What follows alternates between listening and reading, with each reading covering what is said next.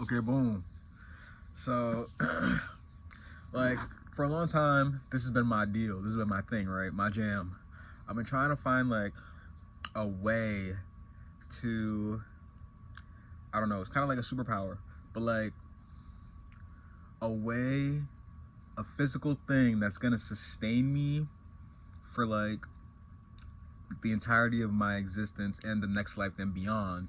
So, when I do that thing, I could just, you know, harbor energy from it and then be able to maximize my energy and what I can do in my output from that thing that I do.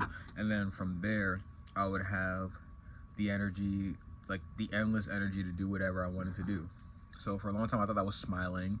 Like you just smile and then like, you know, like your nostrils widen and then you get filtered air through your nostrils or whatever, or like you smile and then the resistance or whatever it is, like from your cheeks going up, that brings blood flow to your face and then subsequently to your brain, and then you can think better and your brain like starts activating the systems of your body, and then your body starts functioning normally and then they gain more energy from it. But more recently I figured, and this has been the reason why I've been trying to like, I've been avoiding my friends, I've been like avoiding everybody and shit like that. And I've been trying to, for a long time I have ADHD, so it's like I've been trying to find like systems. You know, if you have ADHD, like you get sidetracked really fast. So it's like a lot of people with ADHD write lists and stuff like that to remember what to do and stuff like that. Side note, my one friend told me about his girlfriend who writes lists and stuff like that, and that's how I realized like, okay, this is like an ADHD thing rather than this is just like a me thing. But like, yeah, so I've been doing that, and I've been trying to find like the perfect list to like really like, you know, I don't know if the word is accentuate, to like, to make me have like the best progress I can have, right? And so I've been trying to find it's been like it's been ever since I started this journal. So it's like 2021, 2020, 2021, 2021 I think. It's been like 6 years. It's been like 5-6 years. And so obviously like not seeing my friends for 5 to 6 years, you know, everybody's growing up now. My friends are having kids and stuff like that and getting engaged. So it's like, was this a waste of time though? No, I don't really think so, because I was living life too. But like I was just avoiding a lot of the people who I would have been chilling with if I wasn't going down this crazy rabbit hole trying to like find a bunch of methods and like scientific methods and shit to like how to live basically. And so that brings me to my new conclusion, which is just like to go with the flow. Literally. My new conclusion is just to go with the flow. Like, I've already put a bunch of systems in place. I've already gone over and analyzed a bunch of things in my head and like had analysis paralysis and all that stuff. And like, I'm getting to a point where I'm realizing like, bro, not that it's not worth it, but bro, like, the process of finding a system that will work for the rest of my life is the thing that's keeping me stagnant, when really if I just did something I would progress. So even like see, this is a perfect example. I get into something that I like naturally and it just flows, and then I try to break it down into systems and try to figure out what its makeup is so I can effectively do it every single time. But then it just gets into me simplifying that system more and more until I break it down to its bare bones and atoms. And then from there, the process with the interest that I've procured becomes not delving deeper into the interest, but instead delving deeper into the process, which usually entails me breaking down the system of what the interest entails. It usually into smaller and smaller atoms, until it's super microscopic, which means like it's the simplest form that it could get to. And like, this is the makeup and general makeup of this interest. And then from there, I don't even pursue the interest anymore, because I'm now realizing in this very second that's like, I fell in love with the thing that was super complicated about it, but looked super simple. But like, I broke it down to its most simplest form, and then I get to realize that I'm not in love with the most simplest form of it. I just now understand what makes it up. But really, I was in love with the full thing when I first started. So I get into something, break it down, and then I don't like the breakdown version. I just understand the larger thing better. So really, it's like a balancing act. Should I give up more of the understanding for more of the fun of doing the thing, or does the fun of doing the thing come with the more understanding of the thing, which is what I always like subscribe to. Like, you know, if you understand shading, line, depth, shape, you will like drawing better. Or do you just gradually get better at drawing by just keep on doing it and liking it, and then you find out, and then you erase that line because it doesn't look like that, or you erase this because it doesn't look like that, and you just forgone the angles and how to make shapes and stuff like that in, you know, in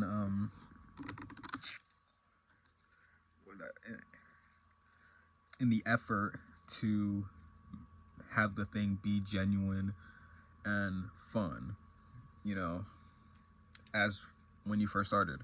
So that's what I did with this YouTube channel, where it's like, I took like a month break because I started getting into YouTube, and then it's like, I started like trying to break down, okay, what makes a video, and like what makes content, and like what makes things entertaining in the first place, so I can have a base level of knowledge and like an atomized version of how to make content, so I would never run out of ideas ever. But I figured out that it's not that that's worthless, because I actually did figure out what breaks down content and what makes, I haven't figured out what makes things entertaining just yet, and that's like a really hard one, but I figured out what makes up content. And well, subsequently I figured out, and this also has to do with writing. Well, I think I've cracked the code on all of it. I think I've low-key cracked the code on all of it. So like all this stuff I'm saying, we're just like, oh, I'm just gonna go with the flow. Like low-key, like I'm lying because I actually did crack the code, but on like all of it, content, writing, what it means to be entertaining, like I actually, like I have a formula for it now.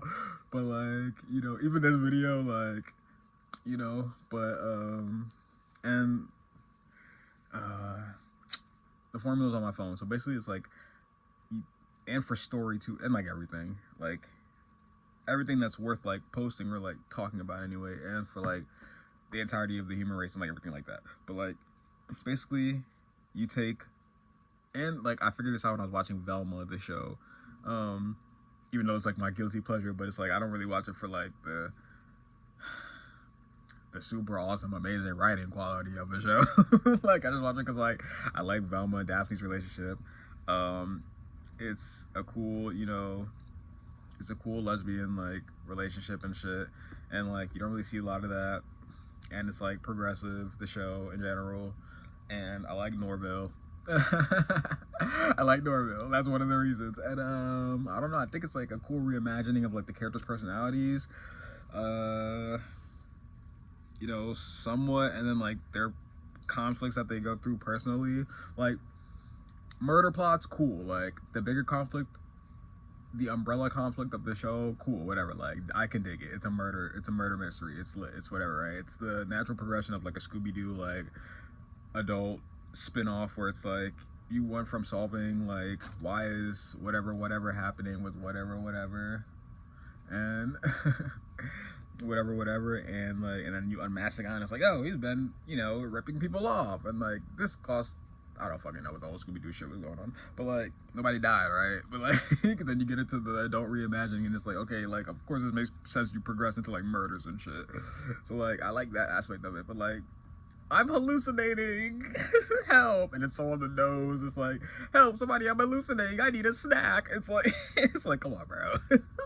like I like their choices, but the way they present the choices is so stupid. Like I like the brains being in jars and stuff like that for the 3 missing girls, and then they become popular. It's like a commentary on like ableism or whatever, and it's like these people who don't even have bodies basically can be the new popular people, and it's like, you know, pretty cool. But like it becomes unrealistic when it's like the one girl likes Norville but she's a brain. It's like It's like, all right, where do you draw the line, right? But yeah, so I don't know, like I like some of their decisions and I don't like some of their decisions. Or like I like their decisions, but I don't like the writing and how they tell it. Like the decision to make Norville the one who has hallucinations is like like the first season, if Velma's hallucinations were just felt by everybody because the sign wasn't that help, I'm hallucinating. Maybe the sign was just her freaking out all of a sudden, and then the person has to gather that she's hallucinating. It would be like, okay, well, this makes sense because like they're, you know, they're realizing something about it and like they're coming to realize like something about it or whatever, and then maybe they try a bunch of things and then the one thing works and then it's like, oh, this stopped it, you know what I mean? Like, you know what I mean? Like the Daphne kiss, like spoilers for Velma, like the Daphne kiss like stops it or whatever, but it's like it was so on the nose. It's like, I don't know what to do, what should I do? It's like it's like, oh brother, it's like, Daphne, I'm hallucinating, help. It's like she doesn't, Velma wouldn't need to tell her that if it was just something that was shown, like show rather than tell, like, you know what I mean? And then so boom, they go to season 2, like fucking spoilers. You go to season 2 and it's like Norville's like, I like the inversion. It's like, okay, now he hallucinates because of a trauma in his recent past, but then it's like, help, I'm hallucinating. It's like that's how he reacts to hallucinations too. He doesn't just get freaked out and it's like he doesn't know what to do. Like, it's so stupid. It's so stupid. But like the idea to make him hallucinate is so genius and smart, but then it's like the way they play it off is like, bro, are you guys just doing, did you guys just go through the bare minimum of how to write this shit so you could just throw in love scenes and stuff like that? Because the love scenes and stuff don't hit as hard. Like Daphne and Velma's relationship and like all the teen drama love aspect stuff that we all watch the show for and like the dynamics of, they don't hit as hard if the actual plot is like or the like how they portray whatever it is that they're feeling in the dialogue and like the writing. Like the themes you guys have chosen don't hit as hard if the writing is ass. Let's just put it that way. The themes you guys have chosen, which is all current themes that people like and enjoy and want to see on screen and like enjoy the diversity of, they don't hit nearly as hard, if at all hard at all, if the writing's ass. Like if the writing's ass, right? So yeah, whatever. But like, that was like a little tangent. I kind of forgot what I was saying, but it's like, yeah, yeah, I'm just gonna go with the flow now because it's like, bro. But yeah, like Velma helped me get into story, not get into story, but like I figured out like the basis and underlying atomized version of how to do all this stuff a little bit from watching that show too. And like I started watching stuff and like I'll even do this where I was like, I'll read manga and stuff like that, and then like I'll see drawings. Right now I'm reading Boruto, like, so I'll see like the drawings and stuff like that. I'm just like, oh shit, proportions and everything, and this is cool, and this is that, this and this and that. And like even recently I just dropped the proportion recently, like a month ago, like I just dropped the proportion video for men and women, the one I needed for my whole life. And you know, that's like, even with this album that I just finished, I just hit my mans up today about like studio time and stuff like that, like all that stuff, when you wait and you curate and you understand and atomize and break down like the processes of like the things that you're interested in, when you come into being of finally, you know, working on said interest and developing your curated version of said interest, then the thing comes out to be perfection, literally. So even with drawing and stuff like that, like if I never took the time to break down and like atomize what it meant to like draw proportions and everything like that, like I would still be stuck, one, but like two, like I wouldn't have been able to make that like super detailed video that I did, or like that breaks it down without even you needing to see a drawing for me to know that I know what I'm talking about or whatever. You could just like tell because it's all like, it just makes sense. Like I could explain it to you and break it down in just words, just verbally, and you will get how to do it physically, because it's kind of like casting a spell. Like I just say it and then you understand it, but like you can't cast spells if you don't understand the thing innately and deeply enough. So it's like, do I go with the flow or do I break things down to like their atomized version. You know what I mean? Do I just have fun with it and learn along the way, or do I like really try to know what the fuck I'm talking about and shit like that? So maybe I'm getting to the point where it's like it's a balancing act, but it's like I don't know. So whatever, right? So this is the thing. This is the thing that I discovered, which is like the breakdown of all this shit, right? Story, draw, whatever, right? There's a meaningful event. Meaningful event. M3. The 3 is an E for event. M3. Meaningful event. You have feelings about it, or your characters have feelings about it, or there's a meaningful event that happens and you write about it in your diary, or there's a meaningful event that happens like right now where I'm coming up with the process of how to break all this stuff down, and then I'm making a video about it. This is the video. So that was the meaningful event, me coming up with the process, and now I'm making a video about it. So there's a meaningful event. There's a meaningful event. You feel a way about it. You have an emotion about it. Stories can't start without a catalyst. Something happens that's out of the mundane. Let's say let's say there's a war and people are fighting in a war, and that's where your story takes place. Well, it's like their daily lives, what's normal to them, normal is relative. So what's normal to them is fighting in a war. So yeah, you can start your story with that because it would be a meaningful event to like maybe your audience, but like you don't start, the story wouldn't be meaningful if you said, if they've been fighting in a war for like 3 years and it was an endless war, and from that nothing happened. You know what I mean? Like, I got out today, I shot at enemies, I survived. I got out today, I shot at enemies, I survived for 3 years straight. Like, it's only when your convoy that you sent out blows up unexpectedly, which is the thing, unexpectedly, and then you get lost in the ditch and you have to find your way back to camp, and you have to fight off different like environmental and elements, like different enemies looking to like hunt you down and stuff while you're making your way back to camp. The explosion is the meaningful event, not the fact that you're in war, because war is your baseline that you have already because it's what's familiar. So basically it has to be unfamiliar. So the meaningful event, something that happens is meaningful, is like something that's unfamiliar, something that's out of the norm. Meaningful event happens, you feel a way about it, you have feelings about it, your characters have feelings about it. You know what I mean? Meaningful event, feelings. Then you investigate physically. You can investigate things in your mind all day. This is more so for story and stuff like that, because like, you know, you can't investigate things in your mind if it's just you. Like, let's say a meaningful event happens in your life and then you feel a way about it, so then you investigate in your mind, which is basically just writing about it, or maybe you just think about it, so nothing physically happens. But if you're making content, or like if you're writing a story or something like that, let's say like you want your characters to like explore and stuff like that. This is what I got from Velma. So it's like a meaningful event happens, you feel a way about it, you have a feeling about it. You investigate physically. You go to the spot of the meaningful event and try to figure out what the fuck happened. I'm drawing a blank as to the other ones. Let me.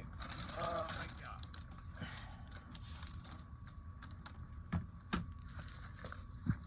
Damn, wait, what was the other ones? Bumba clat.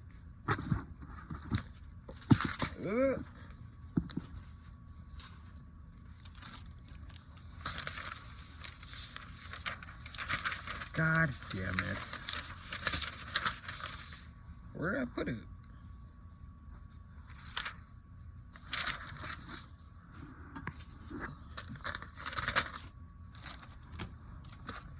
I think I put meaningful event, feelings about it, you investigate physically.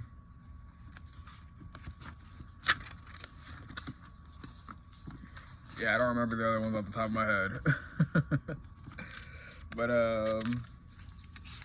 maybe I'll put it in the comments or the description or something. Yeah, I don't remember. Maybe I could try to remember just writing it down, feeling about it. You go to investigate. You have feelings after you find the answer. So there's a meaningful event. I'll write this shit down. Event. You have feelings about it. You investigate physically. You go to the thing. That's what it means to investigate physically. You go to the thing to figure out what the hell's going on. Investigate. You have feelings about it after you find the answer.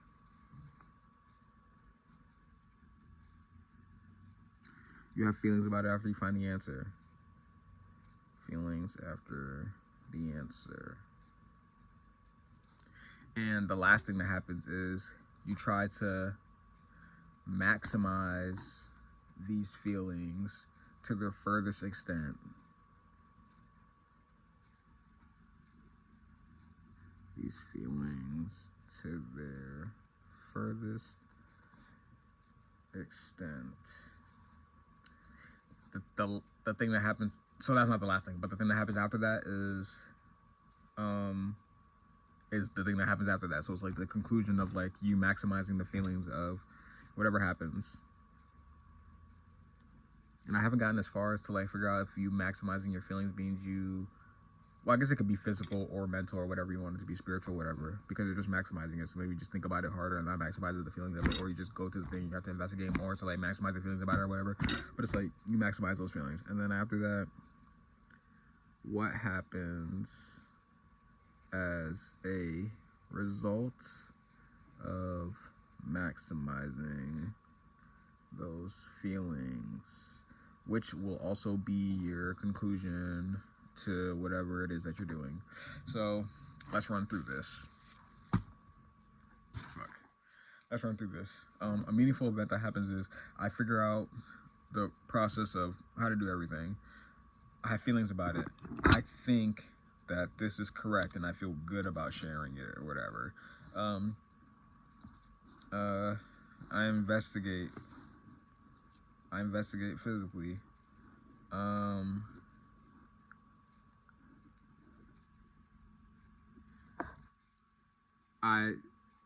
I pull from different examples.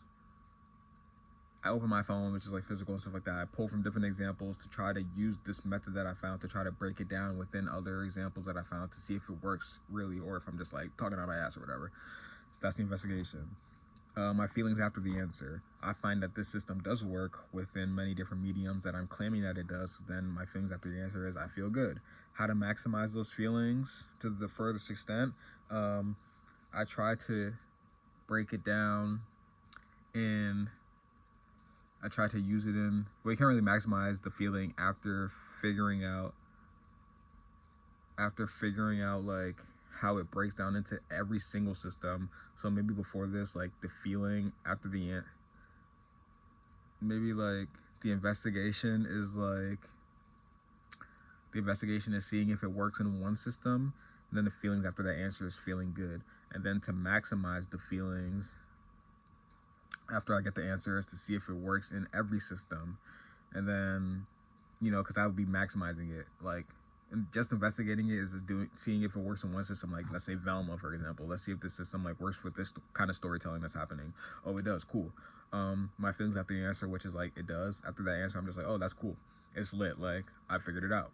So to maximize those feelings, I see if it works in every medium, which is like me making this video or whatever. Like, does it work for content, like, which is me making this video, or does it work for, you know, other things that I'm thinking about and shit like that. And like, and then I maximize and see that it works in every medium that I'm thinking about for content and everything like that, or entertainment in general. So I maximize it to see if it works in every domain, and then it does. So what happens? Maximize.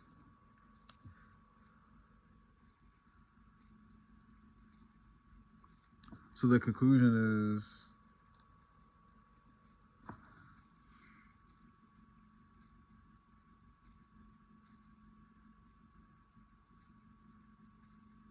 and then like, so what the fuck did I mean by this? Or whatever, right? So I maximize it, and then the result of maximizing the feeling is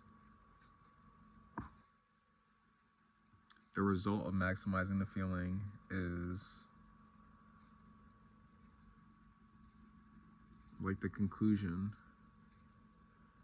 which is basically that I go on to enact this system within different mediums and it works out.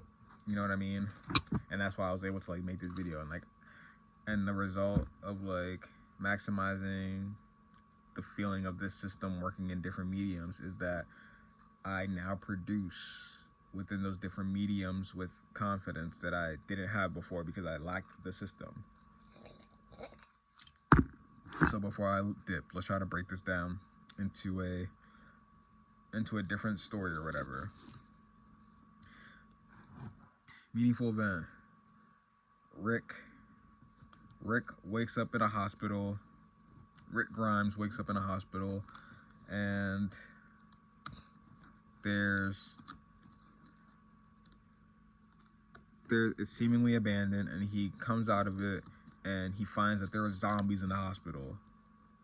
Feelings. He's utterly terrified.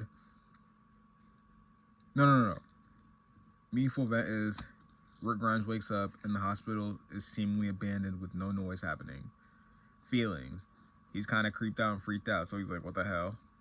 Investigation. He gets out of his medical bed, walks around the hospital, finds out that there are zombies roaming around the hospital. The Walking Dead. Feelings after he finds its answer out. Utterly terrified.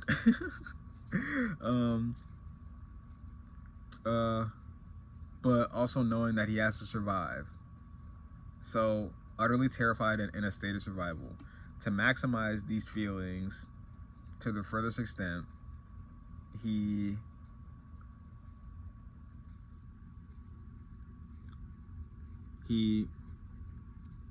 makes a plan of action. He starts killing these zombies off, and he tries to make a plan of action for escape from the hospital. So that's how he chooses to maximize his feelings of terror and also confusion and shock and whatever else he was feeling when he found out that there were zombies roaming around.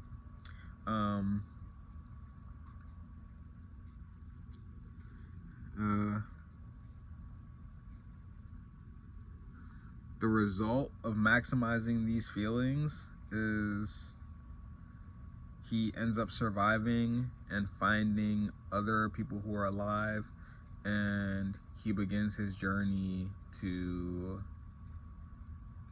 survive, basically, because what else do you do in the zombie apocalypse? You survive. Okay, next, let's do Naruto. Meaningful event. The Nine-Tailed Fox. Well, for Naruto specifically, from his perspective. So, like, these are all meaningful events from the characters' perspectives. So this is how you can play with it in the story, which is like, maybe something big happens, but it's not as meaningful to one character as it is to another. So it's like they have different motivations and everything like that. So you can play with it like that. But like, so let's say for Naruto specifically, like a meaningful event that happens for him. The whole village hates him and he doesn't know why. And he's outcast and he doesn't have parents and he's an orphan. And it's ass. Okay. Feelings. He's super sad. He swings on that little last swing after he doesn't become a ninja because he can't do the goddamn shadow clone jutsu. He investigates. For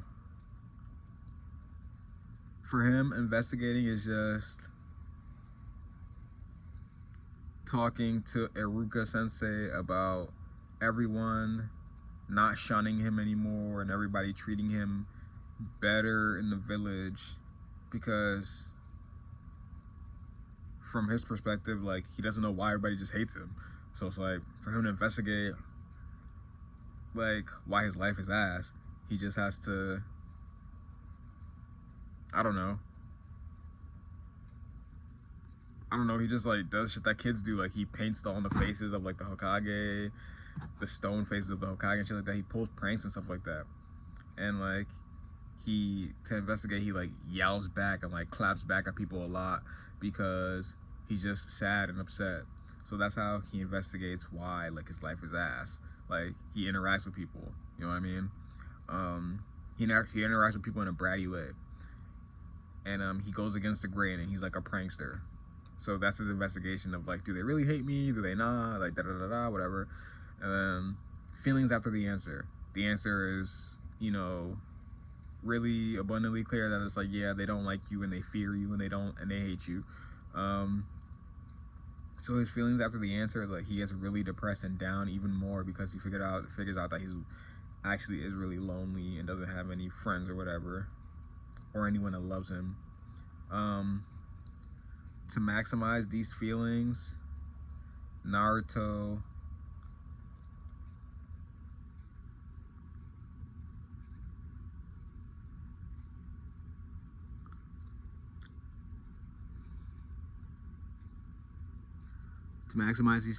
he further isolates himself from people, because before he failed at becoming a ninja, or passing the exam, he was more lively and everything like that. But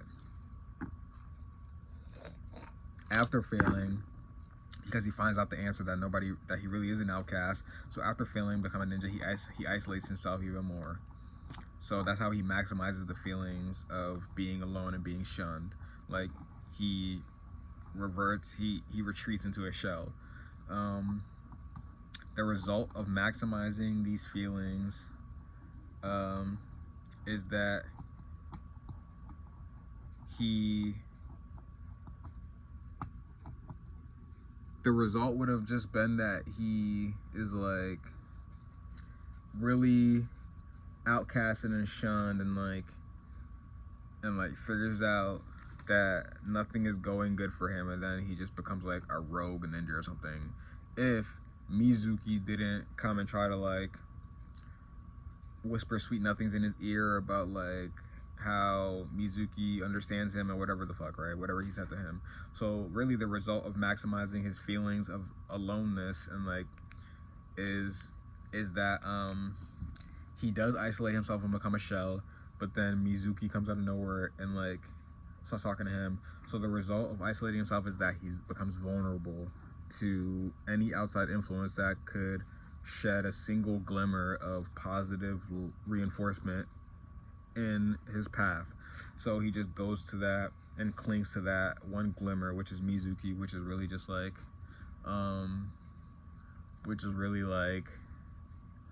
a trick, but like to him it's like his one beacon of light, so he goes to that. So yeah, like this is a framework for like stories. Like stories just seem complicated and stuff like that, and they have like a lot of layers, and that's why it's like kind of hard to like figure out where they all fit into within this framework. But like the framework itself is solid, because it's like it does end up having a spot for every single, you know, story beat or thing that happens within a story, and then you could just tell if your story is complicated or simple from like how much of your story beats or how diverse each one of these lines of understanding of entertainment, you know, how deep each of the lines of your entertainment fits in with this framework. So let's say a meaningful event is like you stub your toe, then the feelings about it is you're sad and it hurts. You investigate, you go to the spot where you stubbed your toe and see where you stubbed it at. Feelings after you get the answer.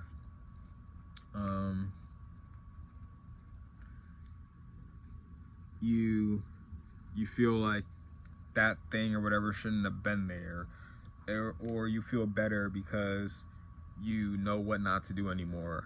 The maximization of these feelings to the furthest extent, I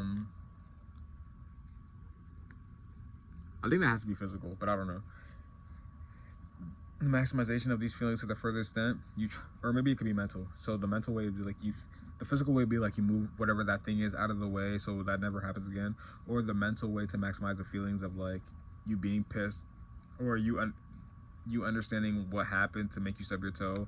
The mental way would be like thinking of what not to do now or where not to walk now that you understand that thing is there to stub your toe.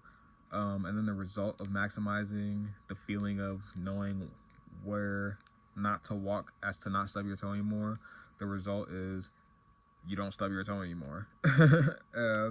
Or you could do like, so that would be like a simple way to fit like a simple form of entertainment in with this framework. Or let's take My Dress Up Darling, which is like a slice of life, which is like more simple than, you know, whatever other like show or whatever, but it's super cool. Like I'm still getting into that. And it's like I love the dynamic between the characters and stuff like that. So a meaningful event is the girl bumps into the guy's desk or whatever, and he sees, and she starts talking to him, and she's like beautiful or whatever, and his feelings about it. So that's a meaningful event for him. For her, it was like anything. His feelings about it. He's flushed. He's blushing. He's like, damn, this girl's actually talking to me. She knows I exist. His investigation. He doesn't really investigate. His investigation. It's not really physical, I guess. Like, he just goes home and thinks about the interaction a lot. So I guess the investigation doesn't have to be physical, but like, so he investigates by like thinking about her a lot or whatever. His feelings, or thinking about the interaction. His feelings after he gets the answer. No. The investigation doesn't have to be physical, I think. So like, after he blushes about her bumping into his desk, he investigates by. He doesn't really investigate. The investigation comes to him. So like, she interacts with him again, or maybe he does investigate by eavesdropping on one of her conversations where he's like, how is this girl really like? And that's him trying to figure out like his feelings about the meaningful event that happened, whether she was just talking to him to be nice or whatever, or if she's like a genuine person or whatever. So he investigates by eavesdropping on one of her conversations where she's talking about how she hates that people aren't genuine, and she just likes when people are more genuine, basically. And so that's his investigation into like, how is this girl really like, and like his investigation into his initial interaction with her.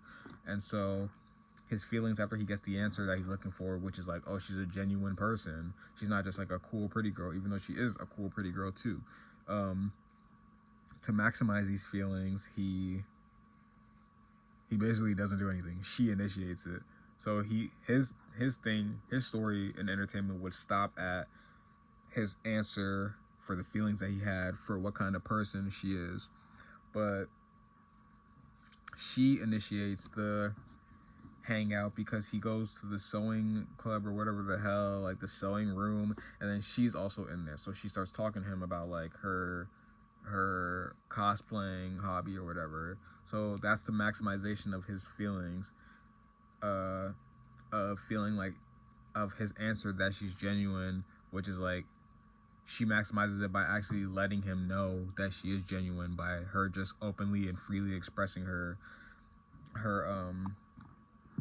passions and hobbies with him, when he thought that she was gonna think it was dumb that he liked dolls or whatever. So that's how he maximizes the answer. He gets his answer, and it's maximized by like her actually sharing one of her interests with him. And then the result of her really maximizing his feelings about what he thought about her and if they were real or not, or rather the result of her maximizing his answer that he got from if she's genuine or not, from her explaining her interests and hobbies to him in a genuine way, was that they begin to collab on like a cosplaying project. So there's a meaningful event that happens. She bumps into him. He has feelings about it. She bumps into him and talks to him and interacts with him genuinely. He has feelings about it. He's blushed, but like also he's wondering if this is real and if she's a really genuine person. He investigates by eavesdropping on her conversations and what she's like, and figures and thinks about what she's said in the past and stuff like that and how she is. And then his feelings after he gets his answer, which his answer from investigating is that she is genuine. So his feelings after he gets he gets the impression that she is genuine, is that he's optimistic about the fact that there's another person that's seemingly like him. And to maximize these feelings to the furthest extent, he doesn't do anything. She bumps into him at the sewing club room, and she starts telling him about all her passions and hobbies super openly, instead of just like shutting him down because he likes dolls or whatever. So she starts she starts expressing herself super openly, and that's what maximizes the feeling that she's genuine to him. And then the result of maximizing those feelings is that they get together and work on a project together. So, you know what I mean? Yeah. I'm at 40 minutes right now, so this is kind of like long and shit, but like, yeah. I don't really watch 40-minute videos, so I don't know, but like, you know, this is all I was thinking about right now, so it's like, yeah. But, yeah, deuces.